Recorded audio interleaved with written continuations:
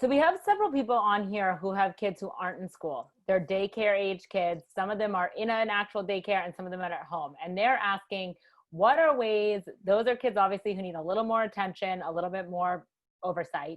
What are ways that we can still try and set some boundaries, still try and get those 10-minute work chunks, but keep those younger kids engaged? Yeah. So I love the younger kids, right? Because whatever you teach them is what they're going to know. Right? They don't know how weird the world is right now. They're just like, oh, okay, that's happening. Right? So they don't know. So we can create structures and routines for them that are super helpful. So there are two things that I think of. One is create schedules.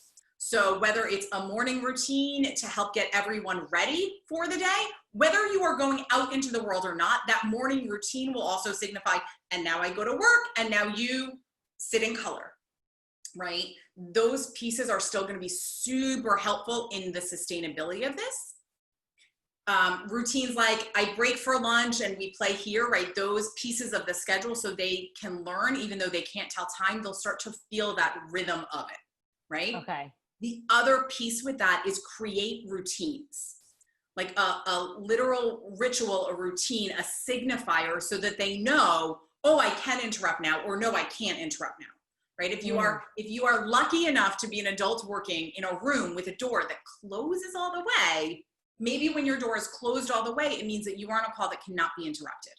You are doing something that cannot be interrupted. But when the door is open a little bit, they can come in and interrupt you so that they can learn a bit of that difference, because they are going to have to come in at that age and be like, what's happening?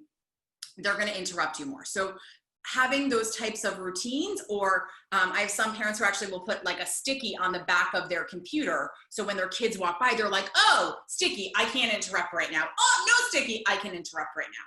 Because otherwise they are always interrupting and they don't learn the difference, but you continue to get frustrated because you're like, don't they know this is important? I told them it was important. But they don't remember. They need the physical experience in the world to, oh, okay, great. And then you have to teach them those routines, which means it's not going to be smooth the first 50 times, but then it will become smooth. Those routines and those schedules, super powerful. Awesome. And use technology. Like with your little ones, they will sit with a screen like this for hours and hours and hours. We know this. And while it's not how you dreamt you'd be parenting, if you have things you need to get done, it is okay right now. We'll undo all of the things that happen from hours and hours of technology when they can go back into the world, when they can go be at daycare full time, when they can be at the park for hours, when babysitters can come back to your house, right? All of those pieces. But if you need that, take it. We have it. And that's a huge gift that we really need to acknowledge is amazing. Yep.